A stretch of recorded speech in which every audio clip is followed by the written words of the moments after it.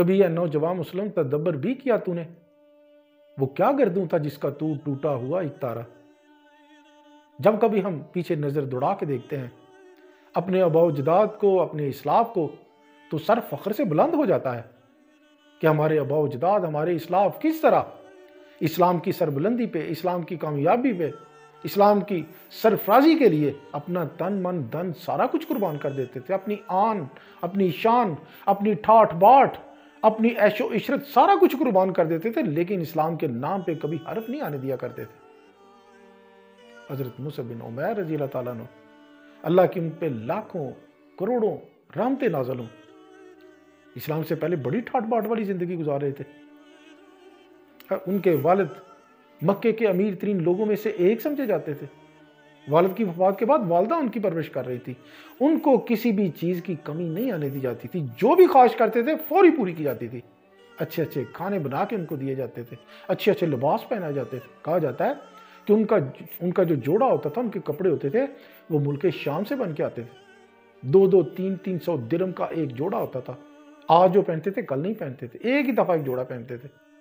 ان کے جوتے ملک یمن سے بل کے آتے تھے، اور وہ بڑی بڑی قیمتی خوشبوئیں استعمال کرتے تھے۔ جب کبھی خوشبو استعمال کر کے کسی گلی سے گزرتے تو لوگ باتیں کیا کرتے تھے کہ یہاں سے ضرور مصعب بن عمیر رضی اللہ تعالیٰ عنہ گزر کے گئے ہیں۔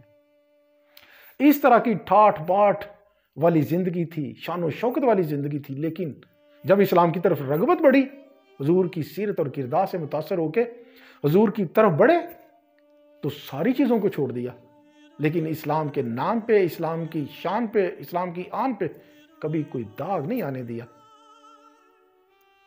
چچا نے ان کو سمجھانے کی بڑی کوشش کی کہ اپنے باپ دادا کا دین نہیں چھوڑا کرتے، لیکن جب بات زیادہ بڑھ گئی تو ایک دن چچا نے بٹھایا، چچا کیونکہ گھر کے سرپرست تھے، کہا مصعب بن عمیر، اگر تجھے اسلام قبول ہی کرنا ہے تو یہ جو ٹھاٹ والی زندگی ہے یہ تیرے باپ دادا کی ہے، یہ تیرے باپ کی ہے جو مشرک تھا، یہ سارا کچھ چھوڑ دو اگر تم اسلام ہی قبول کرنا چاہتے ہو۔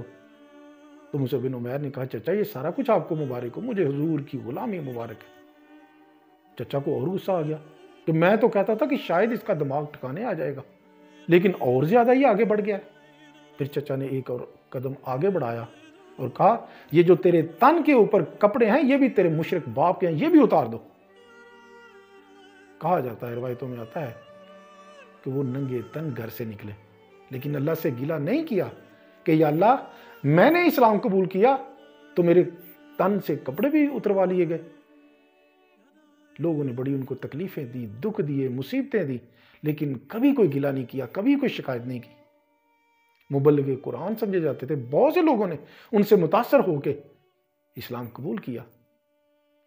غزوہ احد میں بڑی بہادری کے ساتھ لڑے، جب جام شہادت نوش کیا تو ایک بندے کو کفن دفن کے لیے 2 چادریں درکار ہوتی ہیں، صرف ایک چادر مہیا تھی۔